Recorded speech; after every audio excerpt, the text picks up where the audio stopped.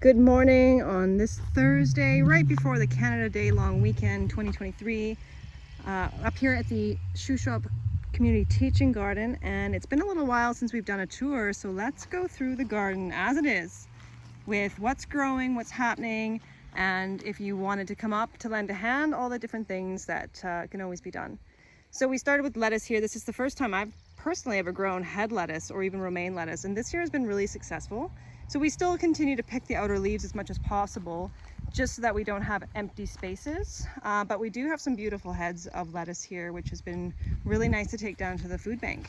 The peas continue to do well, and thanks to Daryl for helping us out with the trellis to get it even higher, because there's still blossoms. And these are sugar snap peas, so they're meant to be eaten with the pod, and those have been nice to pick and just munch on while we work. The strawberry patch was weeded. There's more weeds coming up, but we definitely have very little strawberries, and that's okay. But for now, we can still continue to keep up with this. I'd like to actually plant more flowers in here, just along these perimeters. The irises, thanks to Rita for really thoroughly weeding that. We have cut back any of those dead stems. The lavender is incredible, so I encourage you to come up and snip some lavender for yourself as well. Those daisies in the back, they are technically an invasive daisy, and I'd like to learn a little bit more about them to know, if they are a problem before I pull them completely out of the ground. This has been sprouting broccoli, so we are, slowly picking away. Just so you know that when you do plant broccoli, if you remove that main head, often you will be getting side shoots for a long time. And these are nice. You can pick them with lots of stem as well, because the stem is nice and crunchy. So you can think of it like a broccolini, very fancy in restaurants, sauteed and steamed. They are kind of coming to the end of their life cycle. And so like even right here, I can see that these are actually seed pods starting to form. So soon enough, we will end up pulling that and allow this space to be growing for something else. We had some extra tomatoes, so we found some spaces to plant them. We'll try trellising them. And I had planted some basil seedlings because there's still time to plant basil. In fact, let me just say, there's still time to plant so many things. Some of it just depends on how much or how big the crop will get. But with these warm soil temperatures, things will germinate pretty quickly. And as long as you can keep up with keeping the soil moist, then you should have pretty good germination. So, I did another round of radishes, and it's because we have so much radish seed that I may as well plant it. If we can keep it well watered, if we can even have some things where we plant it in the shade of other crops, it could do okay. So we're waiting on basil germination, some green onion germination, radish. These cabbages will slowly come. We do harvest the basil quite a lot, and so we may need to let it rebound a bit before harvesting anymore. We continue to have our carrots under the row crop. Again, we're trying to avoid carrot rust fly, and we did take it off though in order to weed it, because that was quite the undertaking. So this next task that would be important for this is actually to, if you know what you're doing and you could come in and thin, that could help the carrots to grow to a much better size. So we have more carrots here, and as you can see, it's been quite a task to keep them weeded, but it's happening. We weeded the dill, so there's dill growing, there's cilantro growing. These two rows could actually benefit. It could have some lettuce, or even again more radish just down the side. We have all of that space along the drip line. This dill will grow straight up, nice and bushy, but we may as well grow something along the drip line. So it could even be a row of beets, it could be a row of lettuce, it could be radish. And so we have the cilantro coming up as well. These rows, this is another 4 sections of carrots. Carrots are very popular. And you can see I've got the sprinkler on here. We're just keeping this soil moist as we keep them trying to germinate. We had some extra, kale plants, so those got put in.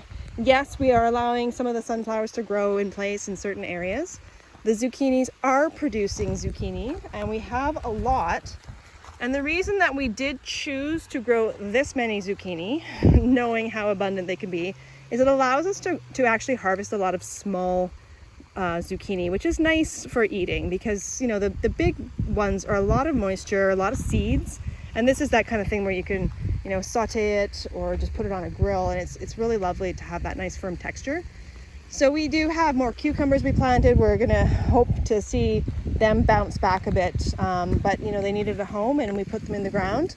The other cucumbers are filling out now, and we're starting to see some cucumbers growing. These ones here, if you're ever here, you can help to train them up that fence, just being very, very careful and gentle with them, because I have broken plenty of tips. Leeks are growing along with the green onions. Undercover here, where we've been harvesting a lot, is our brassica families. We've got lots of cabbages. We've been harvesting plenty of beautiful heads of like big softball sizes of kohlrabi. And we have more red and green cabbage forming. So that is what's under there. And peas and beans are growing. Parsley and basil, all of these cabbages are really filling out. Now another next job is to actually we still have one more package of pest netting to open. It's 100 feet, and so we actually are cutting it in thirds so that we would have 33-foot lengths in order to put onto our rows. They're 14 feet wide, but that's too much. This area is too much for just one single piece. And it would be really good to get some of the pest netting, because you can see there's that little flitting moth. That's what lays its eggs. That's what turns into caterpillars and, you know, damages your leaves. So we can put pest netting on here. We have cantaloupes growing. We have watermelon growing. All of our winter squash. And so this is just keeping up to the weeds in here before it gets overgrown is very ideal. It'd be nice to get more straw down on these pathways. And then just continuing to direct their growth towards the back of the garden so it doesn't get too intermixed and unruly. So yeah, we're gonna let the cantaloupe grow. There's just 2 watermelon plants. It's more of an experiment. And Elmarie's section back here is looking beautiful. She had transplanted quite a few sunflowers, I think. They look really healthy, so maybe they just came up on their own. But you know, put in so many tomatoes. It's growing really beautifully. And remember, she is here on Thursday evenings consistently from around 5:30 till 7, and on her weekday or her weekend days, which are on the calendar. The raspberries are coming on strong. We have a lot of raspberries here, and these particular ones, I mean, look at the size of them. These are most likely tulamines. I mean, they're absolutely incredible. But a lot. And so, you know, coming and enjoying them for yourselves is great. They're very tasty. And we have potatoes planted even on the other side over here. And this year, finally, the elderberries really filled out. It's been a long time for them over the last couple of years. Okay, so that is the north side. This has gotten a little unruly, it's true. We've been kind of letting it grow because it is floral. I did get rid of a couple of thistles, but it's got to come out. Now today I planted some very sad looking little pumpkins. I don't know if these will make it, but we're going to give them a chance. You can see we have picked the garlic scapes off of the garlic. We're promoting the bulb growth now, but you can see them dying back. So, you know, these are going to be coming to the end of their life cycle soon, and then we will slowly harvest them to be going. The onions, I mean, you can now really see the onion bulbs. So we've got lots of Walla Wallas in here, red onions and some Kelsey Giants. So these are more of those, like, really, we want them to get big. We want them to become like baseball size for sure. Thankfully, this area here has now finally gotten completely weeded, which looks great. And this is gonna be more beans. So we have beans in the very first one that are in fact forming beans. Those were seedlings. Then we had bean seeds planted, and now those are up. Today, these are potatoes that came up, and I'm leaving them just because they're kind of in one section. And then I did plant some more bush beans, some purple bush beans. And then we put trellises up today in order to create a structure for some pole beans, but not too many because it's a lot of picking. And now I've got 2 more rows to put more beans in through the next month or so that we have lots of succession. We have an empty row that's waiting for most likely some more broccoli and cabbages, because those can flourish and grow through the summer and then mature when it starts getting cooler. And that's what these are here too. Broccoli and some cauliflower. Today I planted a little bit of lettuce seed that's going to be on the east side of the broccoli, and I'm hoping that shade can benefit. Celery is growing quite well. We had a new row of some romaine lettuce and green onions, and the tomatoes. The tomatoes have really bulked up. So a task in here is the tomatoes that are in the cages, they could have any lower leaves removed and pruned up. We are allowing them to grow quite a bit. We're not cutting off too many of those suckers in the middle because they are determinate tomatoes, and we want them to grow as many tomatoes as possible. There are a few indeterminate, and we'll kind of manage them as they grow, but mainly it's just tomatoes in cages, having their lower leaves pruned up off the ground and just weeding around it. So if you had time where you can just come in and choose one single row, bring a pair of pruners, there's one pair in the shed, weed around the plant, prune up those leaves, and that would be, and then help train any tomatoes back into the cage would be really helpful too. You can see here, we've got, like, this is a living pathway here. You know, it's mainly purslane, where we do have some straw. So we have a bit of a mix, it's true. You know, again, you know, here we have these really defined straw pathways, which is really the goal. But there's, you know, we did get another bale of straw, and we had some straw intermixed. It's a balance right now. We're just trying to keep the soil covered, but while also making sure that everything's weeded. So we have the beet beds. Where we had spotty germination, there are new seedlings coming up. So we'll hope that those continue to grow. And the parsnips, they've done very well. So they are growing. That's a full season crop. So it's going to be in there for the entire time. But at least we have really quite a few parsnips this year too. And we're going to let the kale rebound a bit. We need to maybe harvest a little bit less off of these. Let them get a little bit stronger. The beets, making sure that they're watered too so that they can bulk up.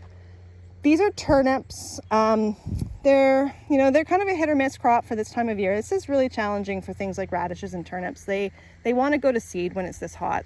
They like cooler weather, but we had a lot of the seeds, so we're trying it. And the broccoli here is starting to form heads. Now these, we want to leave these. So this is like, that's a very small head. So we need that to grow. We want that to get much, much bigger. These should be the size of what you expect in the grocery store. Unless it starts to look like it wants to unfurl and flower, at that point it just means that it's not going to be able to grow to size in the heat.